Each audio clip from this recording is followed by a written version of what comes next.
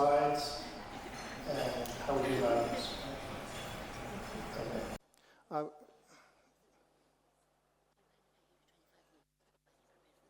Perfect. Good morning. I am Bruce Walker, and I'm delighted to be here. I've been coming to Kenya for 15 years because Irene told me to. And when Irene says something, you say, yes, ma'am, and it's all good. I am delighted to be here, as I always am.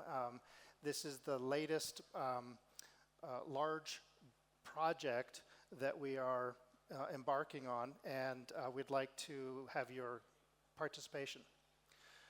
So first of all, we're talking about climate, not necessarily climate change. So this is an important topic because climate and climate change have a massive impact on both the local and the global communities. So this is really something that we all have to address. And in fact, when we're talking about losses related to the damage from climate events, they're in the hundreds of billions of dollars every year. So climate and climate change is a huge topic that I think we all agree on.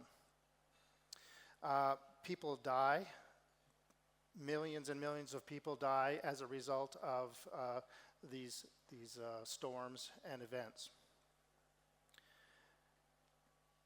The information about climate and climate change is crucial for people to make informed decisions about how they work and play and move and do. We have to make sure that no one is left behind as it comes to climate change and climate communications. We're talking about making sure that everyone knows about simple things like whether it will rain tomorrow, but also what is happening in terms of flooding and sea level rise and changes in hurricane seasons and all of those things. How does that impact crops? How does that impact transportation, education, and so on? It also is related to the conduct of science. There are many people, for example, one of our partners is an oceanographer at Woods Hole Oceanographic Institution. She is a scientist and she is blind and she needs to communicate her science out to the world as part of her career. So climate communications are crucial, and certainly Africa needs to have a voice with the massive challenges facing the people here. We are resolved to make sure that everyone gains access to all of the information they need, so we are adopting this term called inclusive climate communications. We're making the point that this is not about convincing people to believe that climate change is happening. We are simply saying that if you want to say something about the climate, if you want to say something about the weather, we want to help you do so so that everyone understands it. We are in some senses neutral. Whatever you want to say, we want you to be heard. So the term inclusive in our vision is truly broad. Certainly people with disabilities of all kinds, but also people with different ages, different education, different language, different culture, even different levels of skepticism. Everyone needs to be able to understand the information about climate change, and weather. This will have an impact on education. This will have an impact on work. This will have an impact on transportation and everyday life. So it touches on all aspects of our life and our world. There are lots of different kinds of climate communications. They range from weather forecasts to weather alerts, emergency management, and many of them are electronic, but certainly not all of them. On the screen I'm showing some screenshots of a variety of different ways that information about climate or climate emergencies or even just the daily weather can be shared with the citizens. There are other kinds of climate communications that tend to focus more on the data. On the screen soon, we will have a, we're going to pop that up again, but there are different ways of presenting the data from the science, and they often involve maps, charts, graphs, and diagrams. And as many of us know, these are particularly challenging to communicate to a diverse and inclusive audience. Do you have slides again? Still working on it? Okay. So on the screen, there was a screen grab from climate.gov. This is the United States Climate Service, so what you would consider to be the most authoritative information about climate information in the United States, climate.gov. It ought to be credible. It ought to be, it certainly ought to be accessible. So we thought we'd check it out. Anyone want to hazard a guess as to what we found? Turns out that climate.gov presents a lot of information, but there are many ways in which this information could be made more inclusive. There are accessibility challenges, there are language challenges, there are issues with terminology that people may not understand. So there is a graph here, and the graph relies on the viewer or the consumer understanding how to read an XY plot, understanding what these data mean. It also requires you to be able to see it. There's a description of the graph, a caption, if you will, and the caption itself has some challenges in terms of the level of the language and the way the information is presented. So we can analyze that and find issues. On the right side of the screen is a picture, is a rendering of a map of the world. Again, it has a number of challenges in terms of its accessibility and its inclusivity. So we can see that all of these different kinds of ways of presenting information about the climate and the weather are easily improved. Okay? I'm showing a bunch of other examples of ways we can represent climate and climate data, more on the science side. This is in addition to the weather forecast kind of information from all over the world, all kinds of different data. What are we doing about it? Well, we have launched this new Center for Inclusive Climate Communications. This is a global consortium, a global effort to bring together experts from all necessary stakeholder fields. So people who know about ability and disability, people who know about weather and climate, people who know about science and communications and public policy and law and agriculture, and anyone that needs this information. So we are committed to covering the entire space of stakeholders. We've started this process in what we call an effort of so this is a very busy slide, but what we're doing right now is what I like to call friend raising. And we know that friend raising comes before fundraising.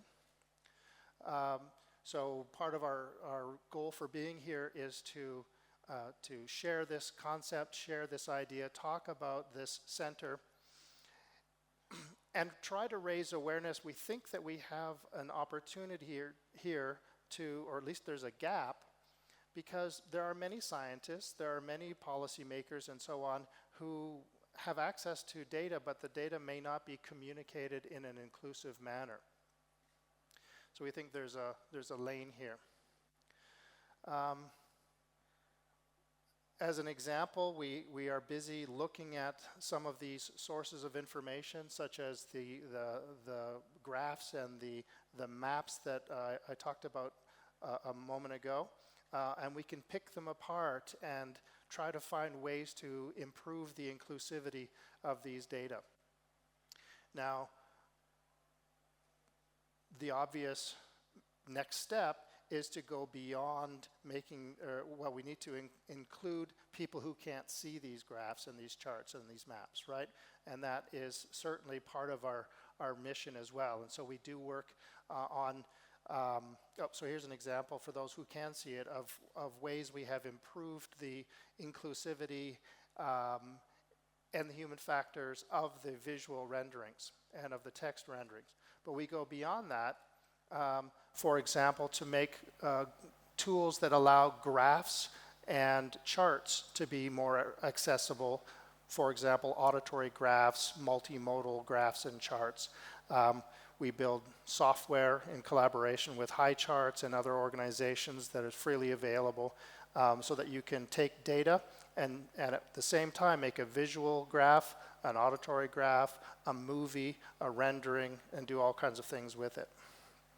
So in addition to that, maps are very challenging. So we work a lot on making audio maps for the same reasons, right? You can't just make more and more visual maps, but we want to make sure that even those who can't see a map have access to that data. So we work with XR Navigation.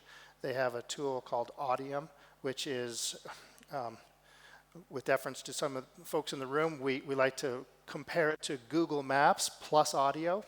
And it's a loose comparison, of course.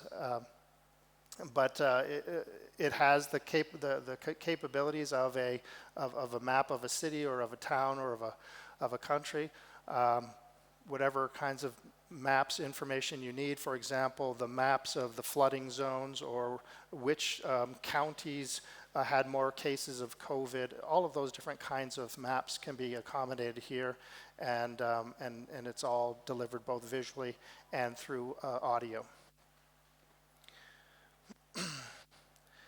We also realize, of course, that it's not just the things that you build. It's not just the software or the tools, but there has to be a huge effort in training. There's a picture on the screen here that's an image of a television weather reporter who is pointing at a map of the weather, and you can imagine them saying, it's going to rain here, it's going to be sunny there, and if you can't see what they're pointing at, you have not gotten the weather forecast, right?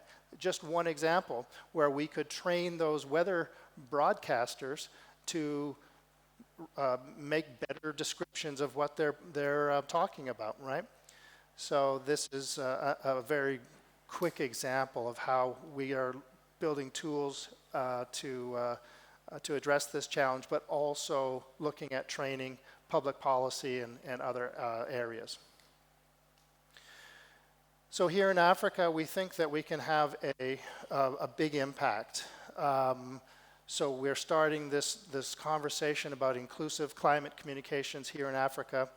We started by having a workshop at the Thika School for the Blind on Monday, where we had school teachers from across Kenya, many of whom teach at schools for the blind or other schools for, they work with students of all challenges. And we had a fantastic day-long conversation where the main effort was what we call a wants and needs analysis. This is where we hear from the stakeholders what their challenges are, and then we prioritize them into a list of action items. So that was the mission there. And briefly, there were many outcomes, one of which was a great first step in fundraising and starting to build a coalition of people who face these challenges every day. The workshop asked the participants, again, who were teachers, what were some of their challenges related to obtaining, using, even producing climate and weather communications. Some of them have disabilities and they need to know whether it's going to rain or not. So that's their own personal consumption of climate and weather information. Some of them, most of them, are teachers, and they need to teach concepts, whether it's activities of daily living for their students, or whether it's in class as relates to curriculum delivery and trying to teach about how clouds form and how rivers and lakes and clouds all interact, all of those kinds of things. So we asked them to give us their views on a number of different related topics. And the themes that emerged will not surprise you. There were many, many, but they include accessibility of the information, inclusivity, right? These people are, the weather forecasts are not in my language, right? They say things that I don't understand. What is barometric pressure? And why do I need to know about that? So all flavors of inclusivity were raised as challenges. A big issue that we talked about a lot was trust, the T word, trust in the source and the information and disinformation. How do I know where the veracity of the information that I'm being given? Now, related to that, we also asked them where they got their information. And of course, it won't surprise you that many people get their information from social media. TikTok, Facebook, X, or whatever it's called. And they knew that they may or may not be able to trust the accuracy of the information, but that's still where they get their climate and weather information.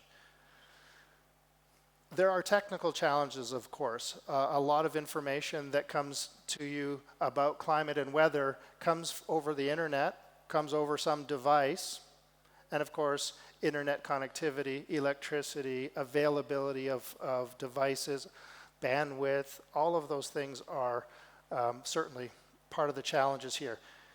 This is always the case when we want to provide information. We have to figure out what is the medium, what is the channel, and is that information channel going to rely on or set up the need for some technological unrelated thing, like electricity.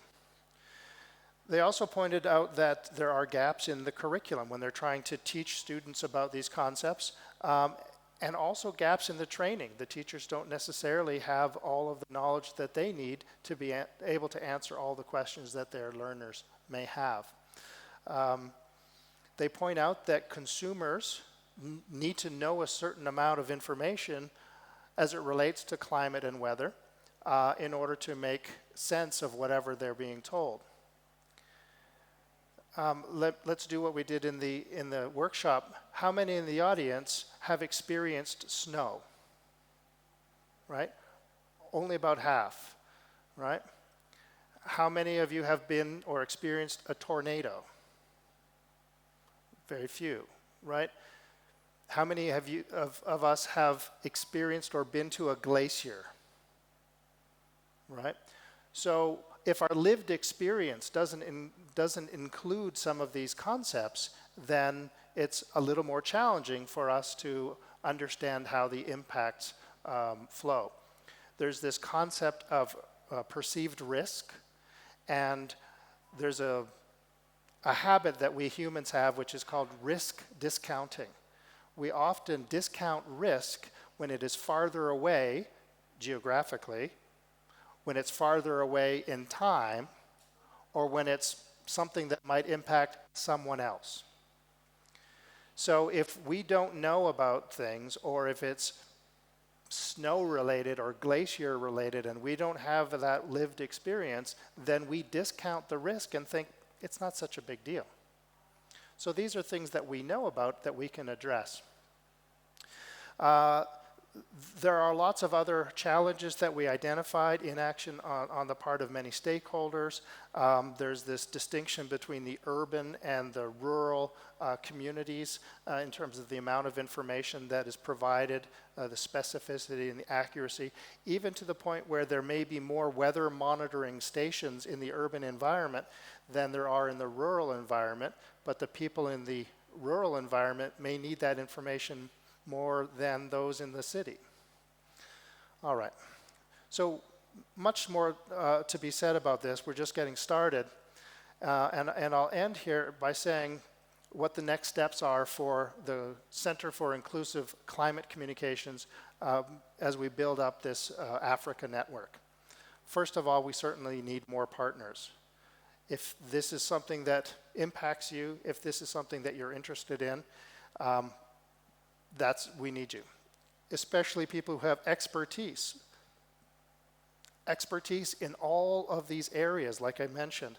Certainly climate and meteorology and weather, but also communications and public policy and law and disability rights and access and everything you can imagine. Agriculture and air travel and, you know, and so on and so on and so on, of course. Content creators, the people who are actually producing the artifacts, the maps, the graphs, the charts, the messages, the forecasts, and so on. We need to hear about different use cases. Where is information about climate being used, and is it working for you? And as I mentioned, as we build up our network, as we engage in a fairly robust global effort on friend raising, we're now going to make this sustainable, and that involves fundraising. So that's the next step for us. So my question to you, of course, is, are you in? Is this something that, does weather matter to you? Does climate matter to you? And if you say yes to that, which I hope everyone will, can we then count on you to be part of this stakeholder group as we move beyond teachers, beyond Kenya, all of the continent and all of the globe? So with that, I'm going to say thank you, and we have maybe a time for some questions, and then we'll wrap. So again, thank you for your time.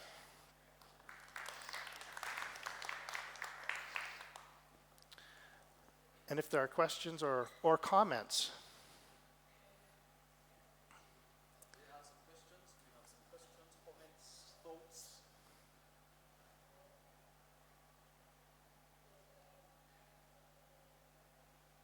Question here, go ahead.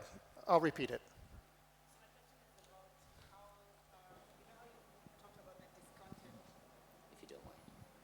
The aspect of helping people understand what the risks are compared, because you don't have that lived experience. Because like now we had flooding in Kenya like a year ago, and because it was totally new, we were unprepared.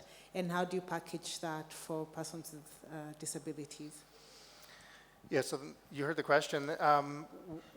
Part of this, we know some ways to address this through psychology and communications theory and understanding how to make messages that people will believe.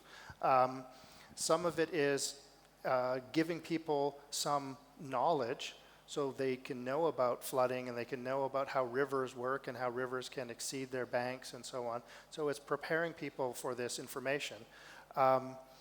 And sometimes you just can't, right? There are unforeseen things or unprecedented. So that's when you have to also be prepared for emergency communications. And so dealing with the aftermath of a climate event like flooding here or a tornado or a hurricane or whatever it is, that's part of the climate communications as well, and that absolutely has to be inclusive. So certainly the evacuation plans and the recovery plans and all of those things have to be inclusive and have to include all stakeholders, and we would say, and let us help in the communications side of that as well.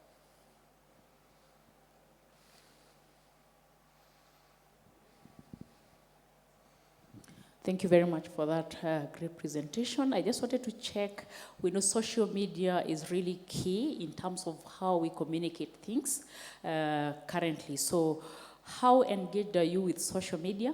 Because I think like what you presented through research, through various aspects, it's great, it gives us grounding, but just wanted to check how you're incorporating social media for reliable, accurate information on climate change or climate communication, so to speak. Because how many people, for example, access research data, how many people go through the school system, just checking whether you have that, incorporated in your approaches and how you're doing that. Thank you. Yeah, thank you.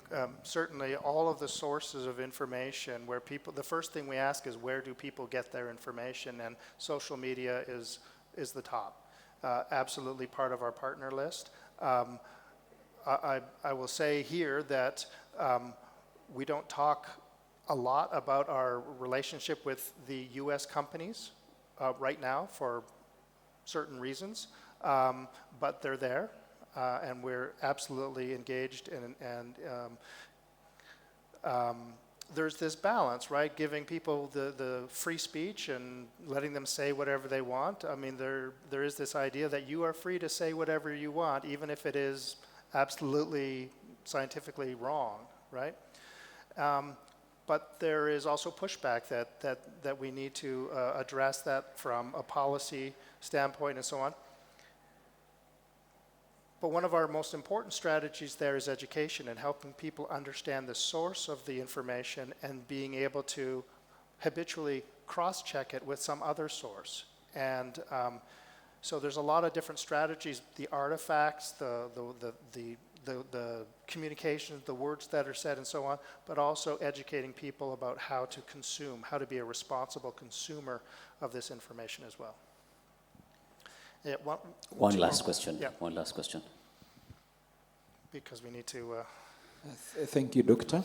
I'm Dennis Mpamizo from Uganda, and from our side, we usually experience a lot of landslides, most especially in the eastern part of the country, that is Bududa and Blamburi.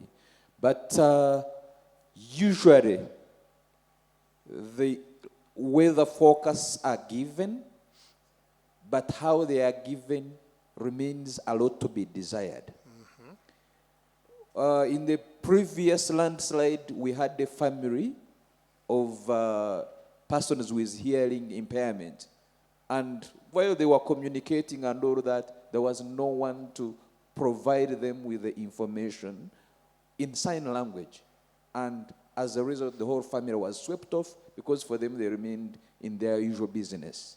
So how can we, in this process of ensuring that there is inclusive climate communication, how can we make sure that there are alerts that our persons with disabilities would easily get to know that there is a problem coming as a result of the changes in weather?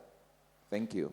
Yeah, and briefly, some of this is how do you make sure that people getting access to anything, any information, right? So it's about building networks, building communications, and building systems that are robust, that do not necessarily rely on internet, do not necessarily rely on smartphones, but there is a plan A and a plan B and a plan C, and it's very clear what happens if there's a challenge. The more you can prepare people in advance, the easier it is to deal with challenges. Unfortunately, climate emergencies often take out communication media. So hurricanes, tornadoes, landslides, floods wipe out the telecommunications, right? And so we have to be prepared for that, and it's also using satellite, it's using face-to-face, it's using telephone trees, as we say. So I guess I'm just going to say that your example is absolutely right in the center of what we're talking about, and so this is why we're here and reaching out and building this network. I think we need to wrap up. So Absolutely. Again, thank you again. All right, a round of applause for Dr. Bruce Wallace from Georgia.